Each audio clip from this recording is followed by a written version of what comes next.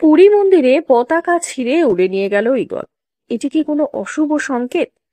ভবিষ্যমালিকায় কি আছে লেখা?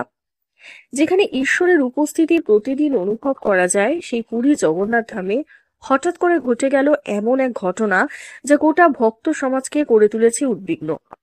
এক ঈগল উড়ে নিয়ে গেল মন্দিরের পবিত্র পতাকার মতো কাপড়। এটি কি শুধুই কাকতালীয়, নাকি এর আড়ালে লুকিয়ে আছে কোনো মহাজাগতিক সংকেত? আজকের এই ভিডিওতে আমরা বিশ্লেষণ করব এই ঘটনাকে আধ্যাত্মিক, পৌরাণিক এবং বাস্তব দৃষ্টিকোণ থেকে। থাকছে ভবিষ্য মালিকা থেকেও চমকে দেওয়ার মতো তথ্য।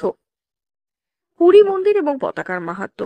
পুরী জগন্নাথ মন্দির এটি শুধুমাত্র একটি মন্দির নয়, এটি সনাতন ধর্মের এক প্রাণকেন্দ্র। এখানে প্রতিদিন সকালে পতাকা পরিবর্তন করা হয়, যেটি পতিত পাবন পতাকা নামে পরিচিত।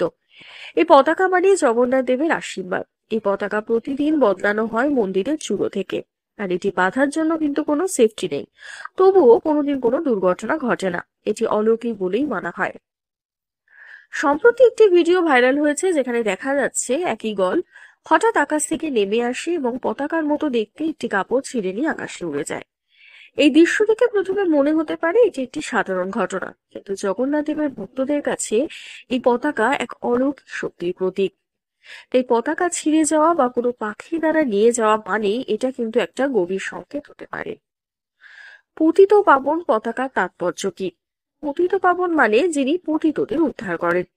এই পতাকা দক্ষিণ দিকে থাকে, যেদিকে সাধারণ মানুষ বা অহিন্দুরা ভগবানকে দর্শন করতে পারে। এই পতাকা ভগবানের এক রূপ। লোককথা বলে, যদি কোনোদিন পতাকা নিজে থেকে ছিঁড়ে যায়, তাহলে তা কোনো মহাবিপদের সংকেত। ভবিষ্যমালিকা কি বলছে? ভবিষ্যমালিকা উড়িষ্যার একটি গোপন ভবিষ্যৎবাণীমূলক গ্রন্থ। এই গ্রন্থে কথিত আছে, যেদিন পতাকা আকাশে উড়ে যাবে, ঈশ্বরের ইচ্ছাতেই পতাকা ছেড়ে যাবে চূড়ো। সেদিন সমাজে ধর্মের পতন হবে, মন্দিরে বিশৃঙ্খলা দেখা দেবে এবং কলিযুগে নতুন অধ্যায় শুরু হবে। আরো বলা হয়েছে, ঈগল রূপে আসবে এক দেবদূত, যে পতাকা নিয়ে যাবে এবং নতুন যুগের সংকেত করে। এই ভবিষ্যৎবাণী হুবহু মিলে যাচ্ছে আজকের ঘটনার সঙ্গে। ভক্তরা বলছেন, এটা কোনো সাধারণ ঈগল নয়, এটি সম্ভবত ভগবানের দূত। পুরীর কিছু অলৌকিক ঘটনা সম্পর্কে চলুন জেনে নেওয়া যাক। স্নানযাত্রা এবং নিদ্রাকাল। মনে করা হয়, স্নানযাত্রার পরে জগন্নাথদেব অসুস্থ হন এবং নিদ্রা নেন। এই সময় মন্দিরের দরজা বন্ধ থাকে।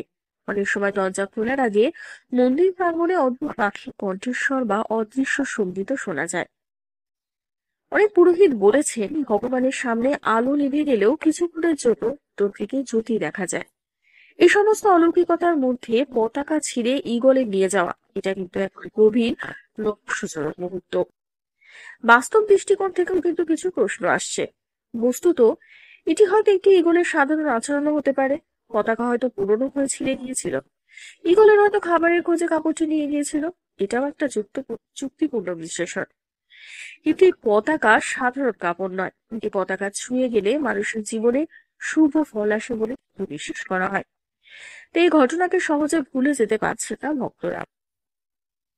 ঈগল সনাতন ধর্মের গরুরের প্রতীক, ভগবান বিষ্ণুর বাহন।